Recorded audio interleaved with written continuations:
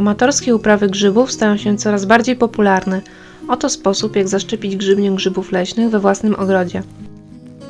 Metoda ta daje niemal 100% sukcesu w uprawie grzybów, ale musisz trzymać się kilku kluczowych wskazówek.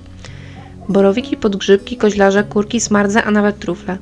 By zasiać grzyby w ogrodzie, będziesz potrzebować grzyba z gatunku, którego chcesz wyhodować, świeżych drożdży piekarskich oraz cukru. Do uprawy grzybów leśnych we własnym ogrodzie potrzebna jest grzybnia oraz zarodniki. Wybierając się na grzyby, zbierz ze sobą również te przejrzałe sztuki. Przydadzą się także tzw. obierki z grzybów, czyli obrane nóżki, korzonki, odcięte kapelusze. Grzyby potrzebne do aplikacji grzybni powinny być w pełni rozwinięte i dojrzałe, tak by zawierały zarówno zarodniki z kapelusza, jak i grzybnię z trzonu. Potrzebny jest zatem kapelusz wraz z korzeniem. Mogą być robaczywe, choć dobrze by nie były już całkiem spleśniałe czy suche. W kapeluszach grzybów znajdują się zarodniki grzybów, z których w naturze rozsiewają się grzyby, a w korzeniu znajduje się grzybnia potrzebna do rozwoju grzyba. Nie wystarczy jedynie wysypać starych grzybów pod drzewami w ogrodzie. Ta metoda często stosowana jest niewystarczająca do rozwoju grzybów. Oto co musisz zrobić. Zatem zbierz grzyby i wszystkie części umieść we wiadrze. Kolejnym etapem jest aktywacja drożdży, co pozwoli przebudzić zarodniki grzyba. Kostkę drożdży świeżych rozpuść w szklance ciepłej wody, ale nie gorącej. Powinna mieć około 35-40 stopni Celsjusza. To optymalna temperatura do namnażania drożdży. Dodaj 3 łyżki cukru i 3 łyżki mąki. Wymieszaj i odstaw na godzinę. Cukier to źródło pożywienia dla drożdży, natomiast mąka dla grzybów. Cukier dodatkowo jest stymulatorem wzrostu dla grzybni.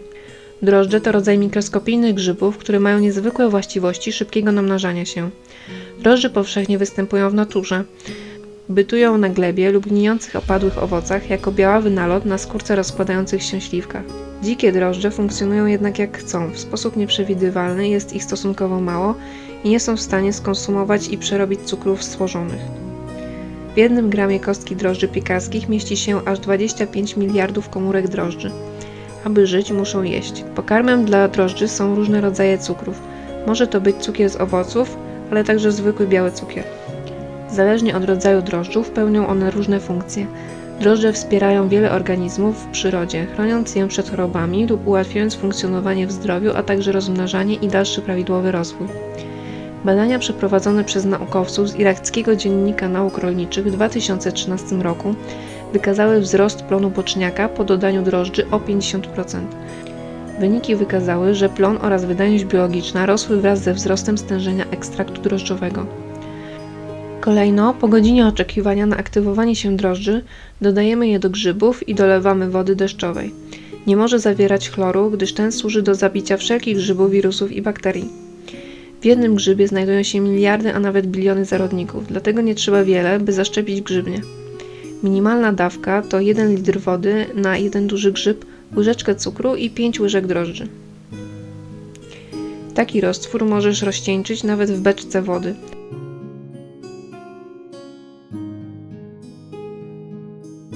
Następnie całość należy dobrze rozdrobnić, np. miażdżąc w dłoniach czy mieląc w maszynce. Taką miksturę przykrywamy np. szmatką, odstawiamy na dworze na 2-3 tygodnie w cieniu. Musi mieć dostęp do tlenu.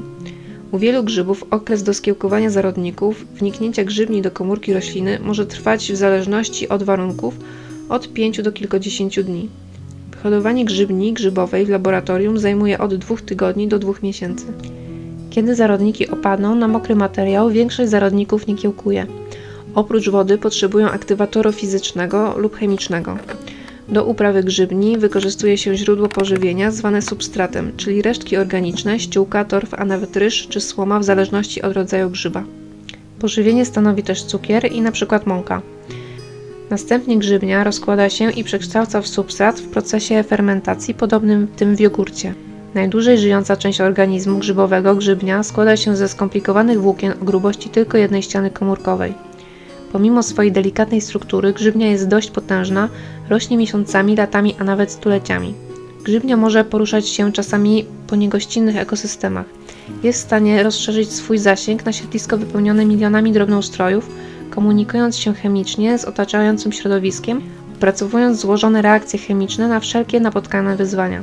Strzępki żerują, rosną i rozgałęziają się, tworząc kolonie, a później mogą tworzyć grzyby. Strzępki można również hodować np. na agarze w laboratorium. Strzępki potrzebują O2 i wytwarzają CO2 podobnie jak zwierzęta. Jeśli zarodnik wyląduje tam, gdzie jest wilgoć i pożywienie, może być w stanie rosnąć, kiełkować i wytwarzać strzępki.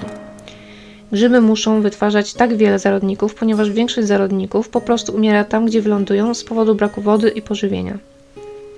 Kolejnym więc etapem jest znalezienie odpowiedniego miejsca w ogrodzie. Musi ono mieć sprzyjające warunki dla rozwoju grzybów, to jest musi być ciepło i wilgotno.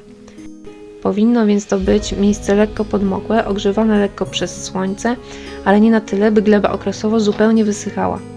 Szukajmy na trawniku miejsc porośniętym mchem lub innych owocników grzybów. Kolejnym istotnym elementem powodzenia uprawy grzybów jest odpowiednie dla danego gatunku grzyba drzewo, z którego korzeniami grzyb wytworzy mikoryzę i wejdzie w symbiozę. Bez tego grzyb nie urośnie. Każdy gatunek grzyba ma odmienne wymagania dotyczące drzew. Najlepiej, jeśli będą to drzewa stosunkowo młode, od 5 do 10 lat, dlatego tak dużo grzybów rośnie np. w szkółkach leśnych.